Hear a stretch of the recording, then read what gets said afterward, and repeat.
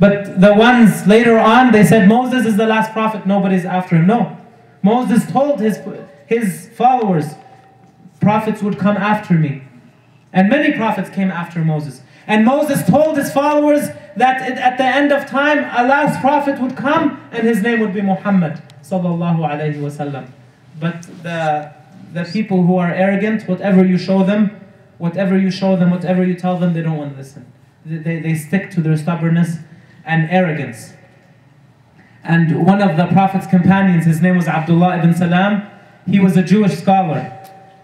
And he came to test the Prophet ﷺ. He asked him a few questions, and after that he told the Prophet, Ashhadu an la ilaha illallah wa annaka Rasulullah. He became a Muslim immediately.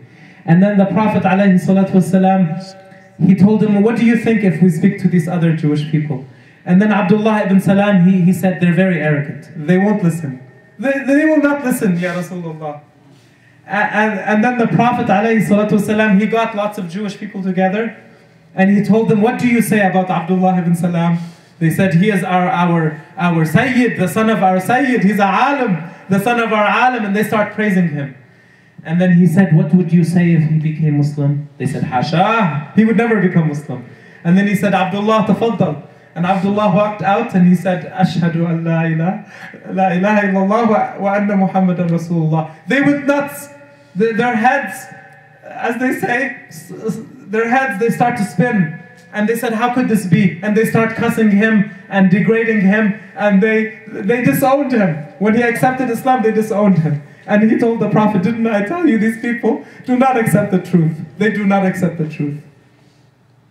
They do not accept the truth. The one who is guided is the one who Allah Ta'ala guides. Some people, they grow up in Muslim families and they're far away from Islam. And some people, they grow up in non-Muslim families and Allah guides them to the light of Islam. The guidance is from Allah Ta'ala. If Allah wills for the people to be guided, they will be guided without miracles. And if Allah closes the doors of the hearts, they will not be guided. Even if they see the angels, even if they see the Rasul alayhi salatu wasalam, they will not be guided. Because the guidance is in the control of Allah subhanahu wa ta'ala. It was narrated that Rasul alayhi salatu wasalam, he told Abu Talib, his uncle, 1,000 times, قُلْ لَا إِلَهَ إِلَّا اللَّهِ. He told him 1,000 times to say La ilaha illallah, and his uncle خاف أن يعير من قبل قريش. He was scared of what Quraysh would say. He used to support him, he used to help him, but he did not take his shahada. His uncle, his own uncle, did not take his shahada. And the ayah and the Rasul was persistent. He kept trying. At the end, Allah Ta'ala revealed to the Prophet, إِنَّكَ لَا تَهْدِي مَنْ أَحْبَبْتَ وَلَكِنَّ اللَّهَ يَهْدِي مَنْ يَشَاءُ. And that shows us that we try, we call people to Islam with our good manners, with our inviting words, and with our knowledge, and with our proofs. But at the end, it's in the control of Allah. We don't give up, and we don't sleep and watch Oprah Winfrey and say, khalas, we're not going to do da'wah. Our da'wah, we always do da'wah, and we're not shy wherever we are, in a Muslim country or in a non-Muslim country, to say to everyone who lends a listening ear that La ilaha illallah Muhammad Rasulullah is the way of the prophets. And we wish that for you, and we love that for you, and we love the good for you, and we love the good for everybody. We say that and we're not shy. And we should not be shy about that. All the negative things you hear in this media, they want to try to make people close the doors, sit at home, pray, read Qur'an, and be mute. Close their mouths and not even tell their children to say I'm Muslim with their heads up. No, you have to know how to counter this campaign, and you have to know how to be smart. And this is not new, it's old. It's old news. In the time of the Rasul alayhi salatu wasalam, they called him Majnoon. They called his followers nutcases, as they say. But Allah Ta'ala protects those who believe, and Allah Ta'ala guides whomever He wills, subhanahu wa ta'ala. So, Rasul alayhi salatu wasalam, he knew, not because of what the Jews said, that this is the day that Prophet Moses was given victory. He knew because of the wahy of Jibreel alayhi salam. He reconfirmed that with Jibreel alayhi salam, and Jibreel told him this is true. And he knew that this was a day, and he told the Muslims to fast on this day. Not as an obligation, but as a sunnah, as a recommendation. And then the Rasul alayhi salatu wasalam, he told us in his hadith many of the great things that happened on Ashura, and I've been speaking about that. Also, in the time of the Rasul alayhi salatu wasalam, on the 4th year after Al-Hijrah, there was a battle. There was a battle called Dhatul Riqa'. The Prophet alayhi salatu wasalam went himself with 700 fighters towards the east, towards Najd, what's known today as Riyadh. He went there because a few armies had planned, were gathering their forces, and they wanted to attack the Rasul alayhi salatu wasalam and kill many Sahaba. And these armies, before the Prophet alayhi salatu wasalam, he sent 70 Qurra, 70 Qur'an teachers and Islamic teachers. He sent 70 teachers from the Sahaba, from the Ansar, to go teach Islam, and on their way they got ambushed and they got killed by these people. So the Prophet ﷺ was very sad.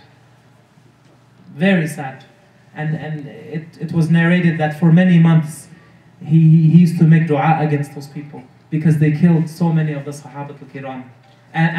And when you kill, like, there's not the Rasul alayhi salatu wasalam, he said, the death of a scholar to me is more painful than the death of a whole qabila.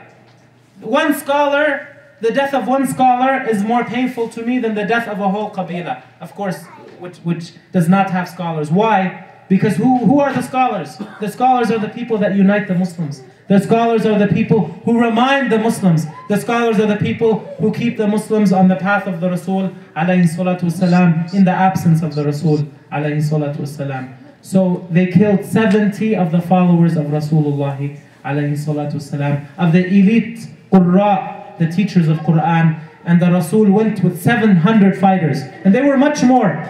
And he went and he met them, and when he got close, Allah Ta'ala made their hearts tremble with fear, and they ran away. They ran away like cowards. They left their wives and they left their families behind. How much of a coward could you be to run away and leave your family behind? The Prophet and his Sahaba came and they saw a bunch of women, and they saw your families. They didn't see fighters. They didn't see fighters because they ran away. Allah Ta'ala protected the Prophet alayhi salatu wasalam. He just made their hearts full of fear for the Rasul alayhi salatu wasalam, that no weapons, just the fear that Allah put in their hearts, they ran away. They ran away.